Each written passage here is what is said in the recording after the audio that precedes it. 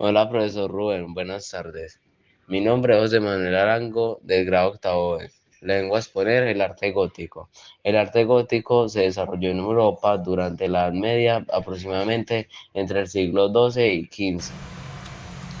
Cronología. Periodo de transición. Del 1150 al 1200. Se inicia la construcción de la Basílica de Saint-Denis en París, considerada una de las primeras obras de arte gótico. En el 1163 se inicia la construcción de la Catedral de Notre Dame de París. Periódico gótico temprano, del 1200 al 1250. Se completa la construcción de la Catedral de Chartres.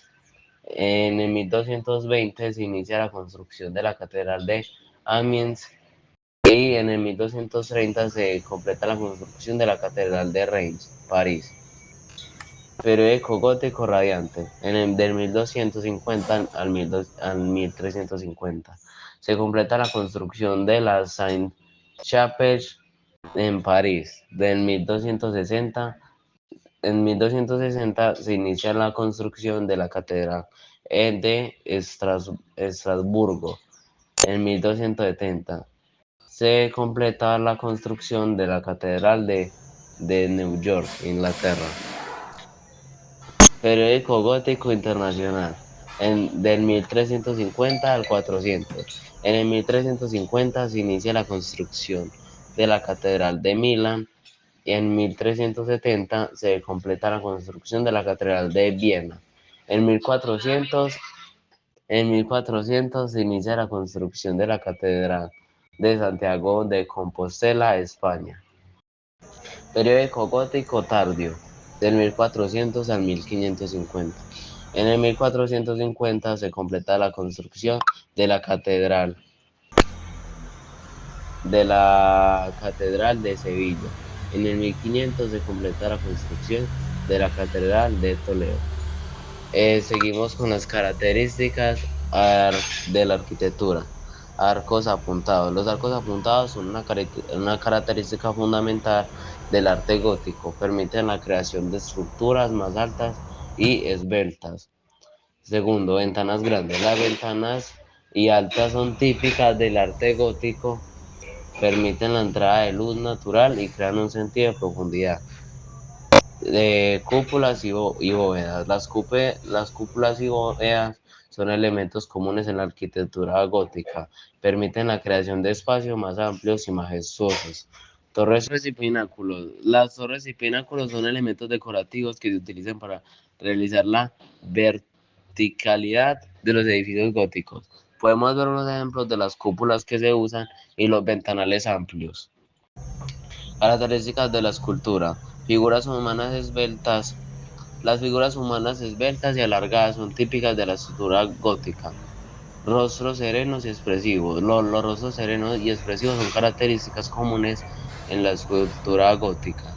Detalles ornamentales.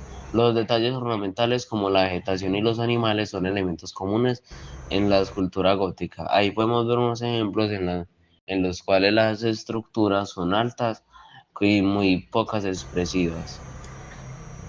Características de las pinturas. Colores vivos y brillantes. Los colores vivos y brillantes son características comunes en la pintura gótica. El oro y la plata. El oro y la plata se utilizan frecuentemente en la pintura gótica para realizar la riqueza y la majestuosidad de las obras. Figuras humanas y ángeles. Las figuras humanas y ángeles son temas comunes en la pintura gótica.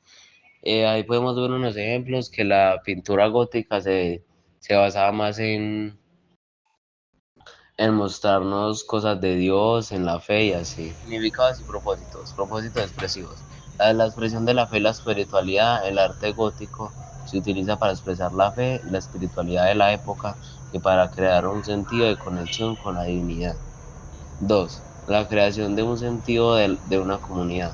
El arte gótico se utiliza para crear un sentido de comunidad y pertenencia entre los miembros de la iglesia y la sociedad.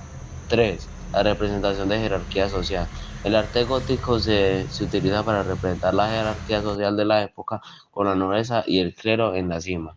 Esto se puede representar que muchas veces en las pinturas vemos a unos más altos que otros y los que están altos están con oro y con plata y varía mucho en los tamaños. También vemos mucho lo que son pinturas basadas en el cristianismo y en el evangelismo. Significados y propósitos en la influencia y cultura. La influencia de la cultura cristiana. El arte gótico se ve influenciado por la cultura cristiana y la teología de la época. La influencia de la sociedad feudal. El arte